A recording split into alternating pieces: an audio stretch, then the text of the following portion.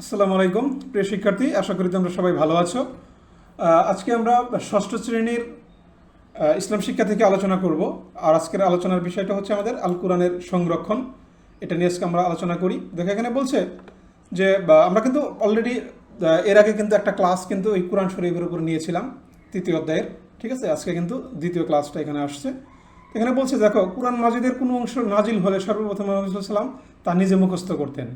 অর্থাৎ আগে নবী হযরত মুহাম্মদ সাল্লাল্লাহু আলাইহি ওয়াসাল্লাম নিজে মুখস্থ করতেন, এরপর তা সাহাবীগণকে মুখস্থ করতে বলতেন এবং মহানবী সাল্লাল্লাহু আলাইহি ওয়াসাল্লামের উৎসাহ এবং নির্দেশে সাহাবীগণ আল কোরআন মুখস্থ করতেন।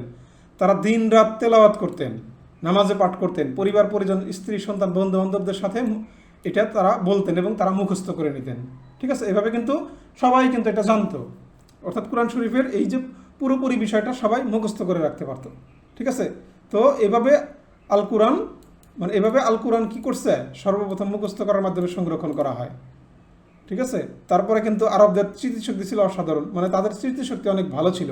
তারা এভাবে সবগুলো সূরা মুখস্থ করে রাখতো। তারা কোনো জিনিস শিখলে তা কখনো ভুলে যেত না। ঠিক আছে, তারপরে কি করতো, তারপরে আল কোরআন মুখস্থ করার জন্য আল্লাহ তাআলা তাদের একটা অসাধারণ স্মরণশক্তি কিন্তু দান করেছিল। তারা কিন্তু এগুলো কখনোই ভুলে যেত না, তারা সবাই মুখস্থ রাখতে পারতো। তাদের এই অসাধারণ স্মরণশক্তির কারণে কোরআন মাজিদ সহজেই স্মৃতিপটে সংরক্ষিত হয়। আগে তারা কি করতো, এটা মুখস্থ করে রাখতে পারতো এবং কেউ ভুলে যেত না, বা অন্য কেউ যখন এটা একসাথে আলোচনা করতো, তারা সবাই মিলে মুখস্থ করতো, আলোচনা করতো, এর ফলে কেউ ভুলে যেত না, ভুলে গেলে সংশোধন করতে পারতো। এভাবে কিন্তু কোরআন শরীফ আগে প্রথমে সংরক্ষিত হয়েছে।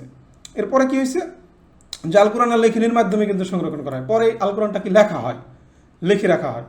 কোরআনের কোনো অংশ নাজিল হলে তা মুখস্থ করার পাশাপাশি লিখে রাখার জন্য নবী করিম সাল্লাল্লাহু আলাইহি ওয়াসাল্লাম নির্দেশ দিতেন। যে সকল সাহাবী লিখতেন, তারা এই দায়িত্ব পালন করতেন, তাদের বলা হয় কিতাবে ওহী বা ওহী লেখক। অর্থাৎ তাদেরকে ওহী লেখক বলা হইতো। তারা এগুলো ওহীটা লিখে রাখতেন। তাদের সংখ্যা ছিল 42 জন। তাদের সংখ্যা ছিল 42 জনে এই কোরআনটা লিখে রাখতো। প্রধান ওহী লেখক হিসেবে ছিলেন হযরত যায়েদ ইবনে সাবিত রাহমাতুল্লাহ আলাইহি। ওহী লেখক সাহাবীগণের মধ্যে কেউ না কেউ সদা সর্বদা নবী সাল্লাল্লাহু আলাইহি ওয়াসাল্লামের সাথে থাকতেন। কোরআনের কোনো অংশ নাজিল হলে তারা সাথে সাথেই তা লিখে রাখতেন। সে সময় কোরআন মাজিদ খেজুর গাছের ডাল, পশুর হাড়, চামড়া, ছোট ছোট পাথর ইত্যাদিতে লিখে রাখা হতো। চিন্তা করছো, তারা কিন্তু মনে করো খেজুরের ডাল, পশুর চামড়া, পশুর হাড় এসবে জায়গায় কিন্তু তারা লিখে রাখতো। ঠিক আছে, যাতে এটা কখনো হারিয়ে না যায়, না ভুল না হয়। তারপরে কি, কোরআন সংকলন কিভাবে হলো সেটা আমরা একটু জেনে নেই। দেখো বলছে যে মহানবী সাল্লাল্লাহু আলাইহি ওয়াসাল্লামের সময় আল কোরআন মুখস্থ ও লেখনীর মাধ্যমে পুরোপুরি সংরক্ষণ করা হয়, কিন্তু সে সময় তা একত্রে করা হয় নাই। একত্রে একটা বই আকারে বা গ্রন্থ আকারে কিন্তু করা হয়নি, বরং তার তত্ত্বাবধানে লিপিবদ্ধ টুকরাগুলো নানা জনের নিকট সংরক্ষিত ছিল। হযরত আবু বকর রাদিয়াল্লাহু তাআলা সর্বপ্রথম কোরআন সংকলনের উদ্যোগ নেন।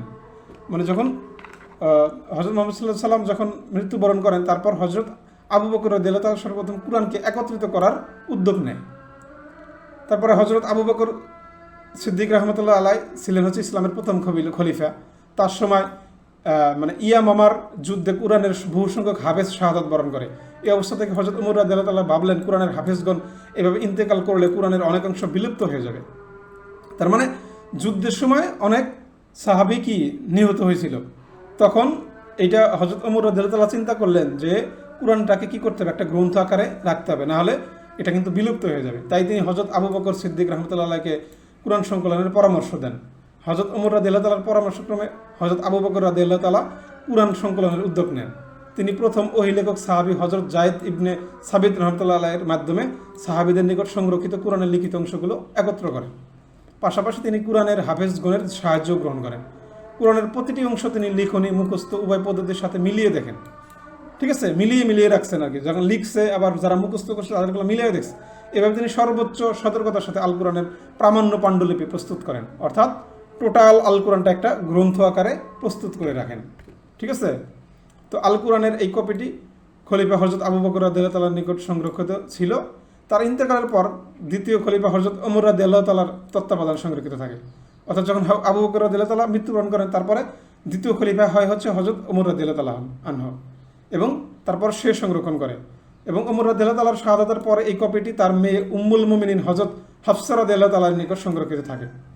ঠিক আছে, অর্থাৎ হযরত ওমর রাদিয়াল্লাহু পরে হযরত হাফসা রাদিয়াল্লাহু তাআলার কাছে চলে আসে। ইসলামের তৃতীয় খলিফা ছিলেন হযরত উসমান রাদিয়াল্লাহু তাআলা আনহু। তার সময়ে ইসলামী সাম্রাজ্য ছিল বিশাল বিস্তৃত, পৃথিবীর নানা প্রান্তে উদ্দেশ্যে ইসলামের মর্মবাণী ছড়িয়ে পড়েছিল। ওই সময়টা বিভিন্ন জায়গায় ইসলামের বাণী ছড়িয়ে পড়েছিল, ফলে মুসলমানদের সংখ্যাও ছিল অনেক, অগণিত।